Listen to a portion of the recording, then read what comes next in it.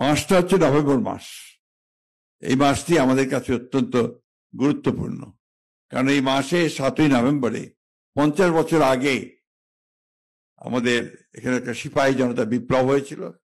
সেই বিপ্লবের মধ্য দিয়ে আমাদের দলের প্রতিষ্ঠাতা, আধুনিক বাংলাদেশের রূপকার, স্থপতি, স্বাধীনতার ঘোষক শহীদ প্রেসিডেন্ট জিয়া রহমানের রাজনীতিতে পদার্পণ করেছিলেন। এই মাসটা আমরা সবসময় আপনার অত্যন্ত গুরুত্বপূর্ণ ভাবে দেখতে চাই, এবার আরো বেশি করে গুরুত্বপূর্ণ দেখতে চাই এই জন্যে যে 50 বছর পূর্তি হয়েছে ওই দিনটির। এই কারণে বলছি যে শহীদ প্রেসিডেন্ট জিয়া রহমান আসার পরেই বাংলাদেশে কিন্তু পুরো চেহারা বদলে গিয়েছিল। আমরা নতুন একটা বাংলাদেশ দেখতে পেয়েছিলাম। আজকে যে সংস্কারের কথা বলা হচ্ছে, সেই সংস্কারের শুরুটা কিন্তু শহীদ প্রেসিডেন্ট জিয়া রহমানের হাত দিয়েই। তিনি একদলীয় শাসন ব্যবস্থা, বাকশাল থেকে বহুদলীয় সবশ্রেণ ব্যবস্থায় গিয়েছিলেন, গণতান্ত্রিক একটা ব্যবস্থায় গিয়েছিলেন। তিনি গণমাধ্যমের পূর্ণ স্বাধীনতা দিয়েছিলেন, স্বাধীনতার পূর্ণ বিচার বিভাগে পূর্ণ স্বাধীনতা দিয়েছিলেন, অর্থাৎ একটা পূর্ণ গণতান্ত্রিক ব্যবস্থায় গিয়েছিলেন। তার সময় কিন্তু আমাদের অর্থনৈতিক ক্ষেত্রেও সম্পূর্ণ নতুন সংস্কার নিয়ে নতুন কাজ শুরু হয়। একটা বদ্ধ অর্থনীতি থেকে আমরা একটা উন্মুক্ত অর্থনীতিতে, একটা ফ্রি মার্কেট ইকোনমিতে গিয়ে উপস্থিত হয়েছিলাম তার নেতৃত্বেই। বাংলাদেশ মাত্র 3.5 বছরের মধ্যে অনেক দূরে এগিয়ে গিয়েছিল। দেশনেত্রী Begum Khaleda Zia presidential form of government থেকে পার্লামেন্টারি ফর্ম অফ গভর্নমেন্টে নিয়ে এসেছিলেন। এই বিষয়গুলো আমাদের পড়া দরকার, এই জন্যে যে আজকে একটা অত্যন্ত পরিকল্পিত প্রচারণা চলছে যে বিএনপি সংস্কার চায় না, বিএনপি সংস্কারের বিরোধী। বিএনপি হচ্ছে সেই দল যে দল সবচেয়ে আগে সংস্কারের কথা বলেছে, কাজ শুরু করেছে এবং আধুনিক বাংলাদেশ গড়ার ক্ষেত্রে অগ্রণী ভূমিকা পালন করেছে।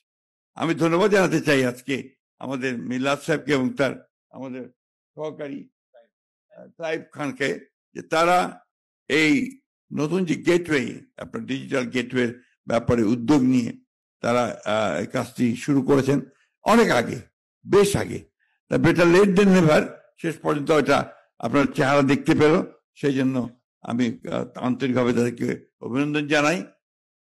একটা কথা কি, যে আমাদের জেনারেশন, যেটা কিছুক্ষণ আগে দাদা বলেছেন, আমাদের জেনারেশন আমরা কিন্তু আপনার কিছুটা এই নতুন প্রযুক্তিতে অশিক্ষিত জেনারেশন। আমার নাতি আমার চেয়ে অনেক ভালো জানি আপনার কিভাবে আপনার এসব চালাতে হয়, এটা বাস্তবতা, দ্যাটস দ্য ট্রুথ। আমার বিশ্বাস আমাদের যারা আপনারা একেবারে নতুন প্রজন্ম যারা আসছেন, তারা এই ব্যাপার থেকে আরো অনেক আন্তরিকভাবে নেবেন এবং তারা এটাকে অনেক বেশি করে মানুষের কাছে, আমাদের জনগণের কাছে ছড়িয়ে দেন। যুগটাই হচ্ছে আপনার প্রযুক্তির যুগ। 4th রেভলিউশনের পরে এখন আপনার কোনো উপায় নেই। সুতরাং আমাদের সকলের দায়িত্ব, বিশেষ করে দায়িত্ব, এটাকে অতি দ্রুত রপ্ত করে তার মাধ্যমেই আমাদেরকে সামনের দিকে এগিয়ে যাওয়ার কাজটা করা।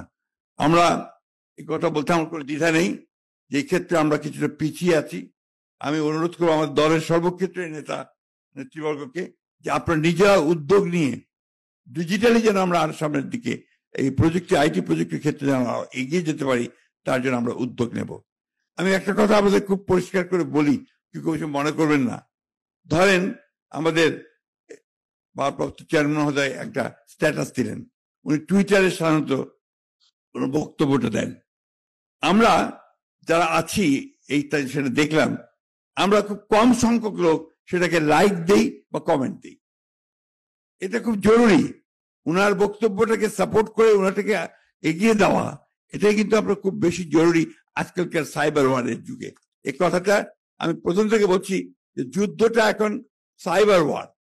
আপনি কয়টা বক্তৃতা করলেন, কয়টা গিয়ে আপনি জনসভা করলেন, সেটা ইম্পর্টেন্ট না। ইম্পর্টেন্ট হচ্ছে যে কত সংখ্যক মানুষের কাছে আপনি এই ডিজিটালে পৌঁছতে পারলেন, দ্যাটস ভেরি ইম্পর্টেন্ট।